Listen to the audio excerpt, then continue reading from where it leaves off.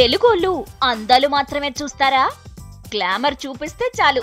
ఒకరనేంటి, నిర్మాతలు, డైరెక్టర్స్ అందరూ ఇలాగే అడుగుతూ ఉంటారు. అమ్మో అమ్మో, ఇన్నేసి మాటలన్నది ఎవరో కాదండి, తాప్సీ. యాక్టింగ్ స్కోప్ ఉన్న మూవీస్ అయితే ఏవీ రావటం లేదని తెగ బాధపడిపోతోంది ఈ సొట్టబుగ్గల సుందరి. అందుకే మరి తమిళంలోకి షిఫ్ట్ అయ్యానని, కథాబలం, బాహుబలి లాంటి మూవీస్ వస్తేనే తెలుగులో చేస్తానని కూడా చెబుతోంది.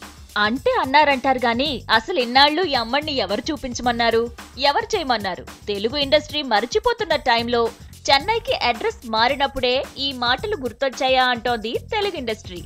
అవకాశాలు తగ్గినప్పుడల్లా ఇలాంటి కామెంట్స్ సహజమే అంటోంది ఫిల్మ్ ఇండస్ట్రీ. ఆఫర్స్ లేనప్పుడు ఆ మాత్రం ఆడిపోసుకోకపోతే వార్తల్లో ఎలా ఉంటారేం అంటున్నారు తెలుగు ప్రేక్షకులు.